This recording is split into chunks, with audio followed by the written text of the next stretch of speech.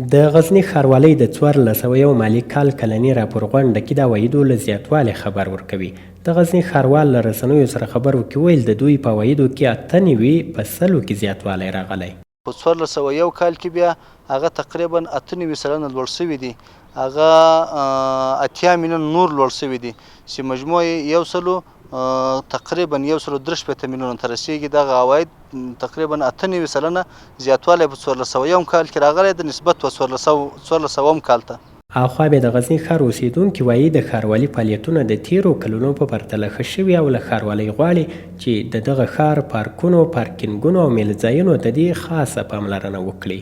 غوښتنه مو ترې دا ده تر څو د ښار د نظافت په اړه ډېر فکر وکړي او تر دې هم لا نور کوشش وکړي تر څو ښار منظم شي او خپل مسؤلیتونه په ښه توګه سرته ورسوي. او له مخه د تیر حکومت په حال باندې اوس حال زیات شکر کاوه چې له مخه به څه پروژې وې ناکامې به وې تر سر به نه رسېدې. سږ کال دا 2 کلونه چې موږ وینو لکه د ښاروالۍ ځای کې چې د زیاتو کې اوس ونې او ګلدانونه او شی جوړ کړي دي.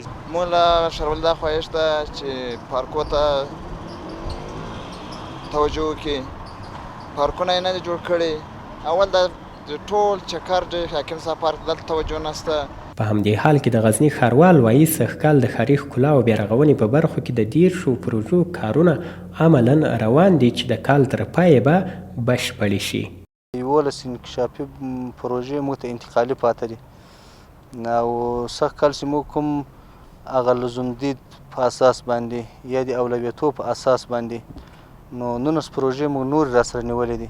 سره له دې چې د غزني ښاریان د ښاروالۍ له کړنو خوښ دي او وایي چې د غزني ښاروالۍ دې د دغه ښار د ښکلا لپاره لا نور ګړندي ګامونه واخلي.